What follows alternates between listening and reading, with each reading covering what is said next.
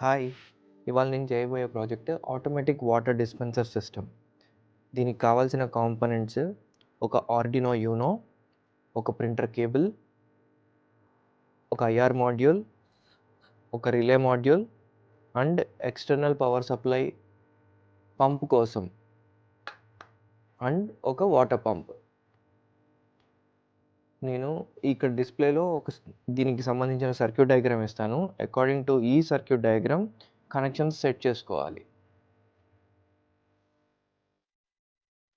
Next step వచ్చేసి circuit diagram ప్రకారం connections ఇచ్చేసాను అండ్ నా కోడ్ ఇప్పుడు రెడీగా ఉంది. కోడ్ ఇప్పుడు అప్లోడ్ చేసేస్తున్నాను. So compiling sketch, uploading and uploading is done.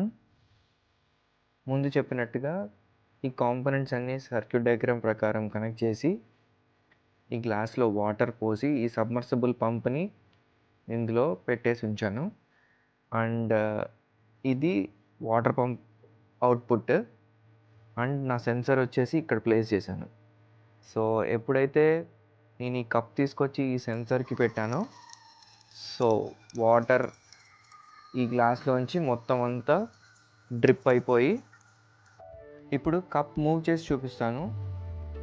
Towards the sensor and away from the sensor. దీని రియాక్షన్ ఎలా ఉంటుందో చూడండి. సో సెన్సర్ డిటెక్ట్ చేసింది, సో వాటర్ డిస్పెన్స్ అవుతున్నాయి. అవే వాటర్ ఆగిపోయినాయి. మళ్ళీ సెన్స్ చేసింది, మళ్ళీ ఆగిపోయింది.